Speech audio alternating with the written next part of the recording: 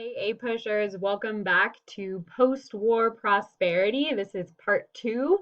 We left off talking about the big economic boom that we see in the post-World War II years, but there's another boom, and of course, that is the baby boom, right?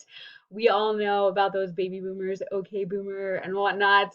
Um, and it totally makes sense, right? We've gone through the Great Depression and the war, and it totally makes sense that everyone wants to come home and start having babies, right? So the baby boomers are defined as the generation born between 1946 and 1964. And it's not just here in the US, it's pretty much worldwide, right? So we see this huge growth in population. You can take a look at this chart here, right? We see this massive increase in the post-war years of births, right? So we'll see this big increase and then it'll kind of taper off, all right?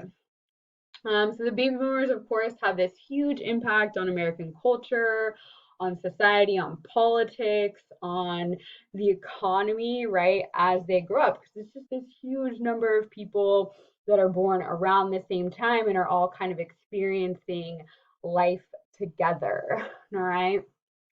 So in the 40s and 50s, right, there's this big strain on, like, the baby and child product market.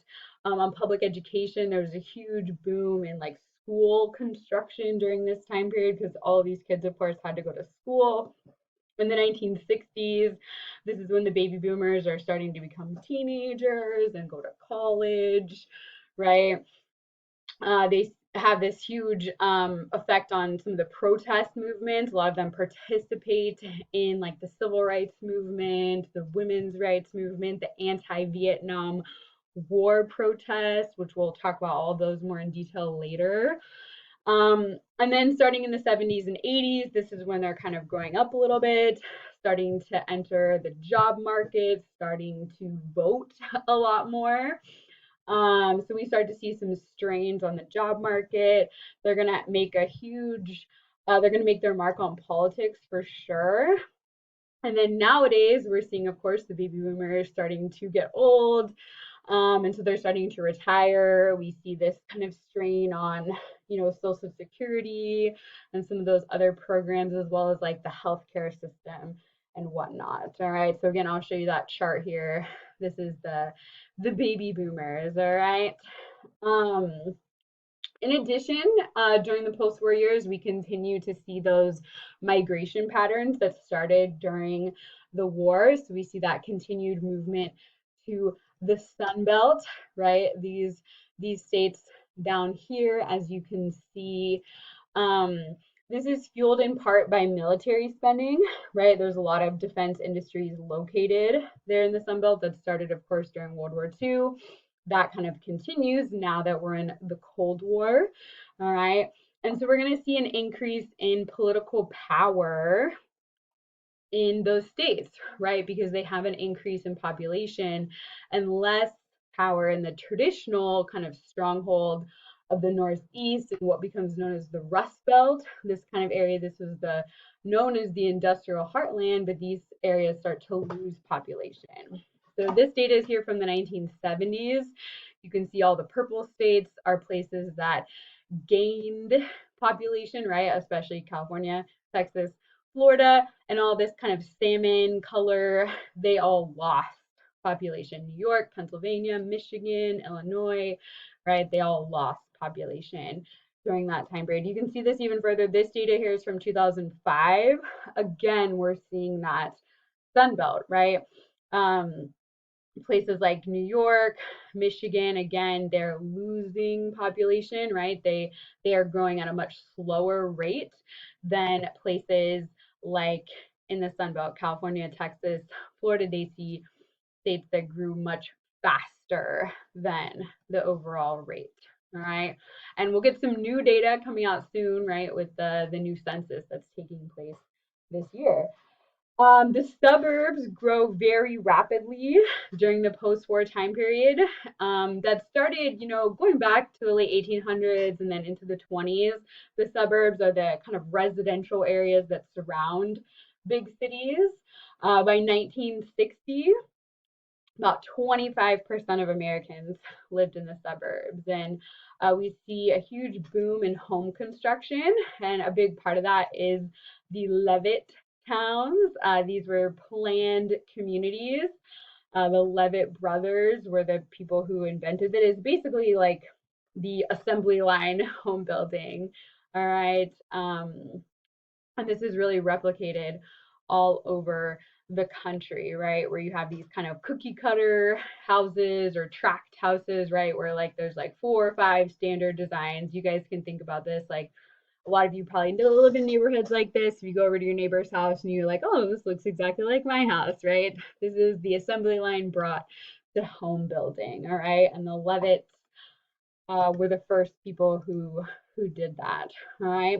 We see that this growth of the suburbs is definitely encouraged by the federal government, the VA, the Veterans Administration through the GI Bill, and then the Federal Housing Authority or FHA provided home loans. But one thing I want to point out, and it's something we've talked about before, the mostly excluded minorities. The vast majority of these home loans for these new houses in the suburbs were given to white people. All right. In fact, Levittown, the original one in New York, did not allow Black people to buy any of those homes. All right. So it exacerbates discrimination and housing segregation, right? Which we know has these huge, huge effects. And we see this trend, what we call white flight, is this trend of white people leaving the inner cities to go move to these new suburban developments. And it leaves kind of the inner cities very poor and populated by minorities. And this is a huge contributor to that wealth gap between white Americans and Black Americans. Today, the average white family is worth about $100,000. The average Black family is worth about $5,000. And a big factor in that is this idea of home ownership.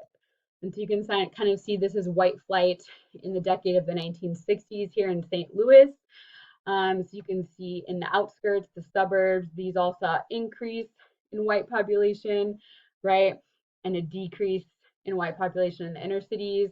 And then we see this increase in the Black population in the inner cities, right? And these two maps here are really interesting. These show kind of the effects of white flight.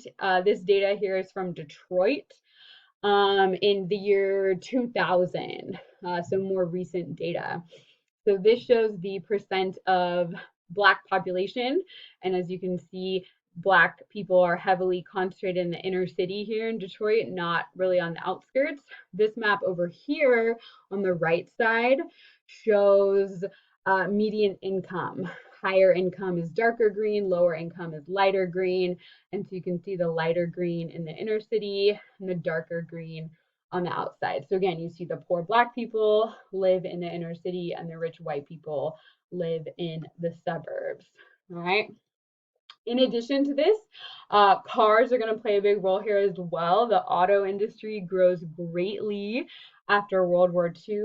The part of this is pent up demand, right? We just haven't been able to buy stuff because we've had the Depression and the war, right? And where before it was standard to maybe have one vehicle, and now it's standard to have maybe 1 or 2 or 3 vehicles, right? So here is this ad right here, 7 good reasons for 2 fours, right? Dad needs a car to get to work. Mom needs a car to chauffeur around all the kids. The suburbs playing a role here as well, right? Because if you live in the suburbs, you need to drive to work, right? You can't just walk or take public transportation like you could if you lived in the city. You need that car to commute, right? And this helps to really further cement cars as part of American culture. We get like drive-in movies and drive-through restaurants and all that kind of stuff, right? As a big part of our culture, right? One side effect of this is the growth of the suburbs, the growth of car ownership creates the need for a better highway system, right? So in 1956, Congress passed the Interstate Highway and Defense Act. It provided $27 billion in federal funds to build over 42,000 miles of interstates, highways, and freeways. This also helps to stimulate economic growth, right? It's jobs, construction, right? All that good stuff. And it also really helps to speed up the move to the suburbs as well. And so this is where we get our modern highway system. Hopefully you guys know the odd numbers go north and south. So we have like, the 5 and the 15. And then the even numbers go east and west, right? Like the 78 and the 76 and, Highway 80 and Highway 50 and stuff like that. And so we get this modern system. It's a lot easier to go across the country, which is going to be important for defense because, again, it is the Cold War. The Cold War definitely clouds everything, as we'll see during this time period. All right. So in terms of culture in the post-war years, right, this is where we see that kind of ideal lifestyle, right? Life in the suburbs with the white picket fence, and the nuclear family, mom and dad, and 2 kids and a golden retriever, right? So the ideal lifestyle is owning a home in the suburbs with a big yard, a pool, hopefully, right, with at least 2 cars in your garage. And again, you want to have that traditional nuclear family structure. Dad goes to work, mom stays at home with, the 2 or more kids. Now, was this what everyone experienced? No, it was a small portion of the population, right, that had this lifestyle, but is what people aspired to have. And of course, it's going to be portrayed on television, right? That's the big new thing in the 1950s is TV, all right? And this goes right along with this consumerism. We see this kind of rebirth of consumer culture in the 50s, similar to the 1920s. We see use of credit. In fact, this is when we see the invention of plastic credit cards, fast food, Disneyland, celebrities, right? Um, you can see how fast food and Disneyland, they go right along with the highway system, the suburbs, all that kind of stuff, right? New music, rock and roll, Elvis Presley, right? Um, and the new media, of course, is television. You can see here how quickly people adopted televisions. It was right around the late 40s that they became commercially available. And you can see it just skyrocket from like 10% when the decade began to almost everyone had a TV by the end. So it's very much like the radio, just a lot faster. All right. And this definitely helps drive this consumerism because companies, politicians, even preachers, all use TV to advertise to the American people, all right? But we do, similar to some of the other things that are going on, we do see some criticism of this consumerism and this conformity, all right? Because this was what life was like. It was portrayed on Leave It to Beaver and Ozzie and Harriet and stuff like that. They have a ton of these on YouTube if you want to go look them up, some of these old episodes. This is what people aspired their life to be, again, this kind of picture of the American dream. But like I said, there was some criticism of this. One big one I want to point out is this book by Betty Friedan, The Feminine Mystique, came out in 1963.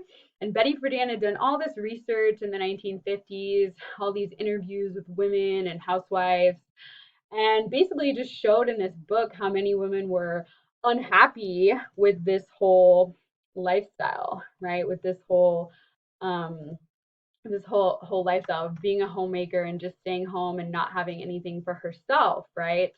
Women were unhappy being housewives and argued that women deserved more educational and economic opportunities, all right?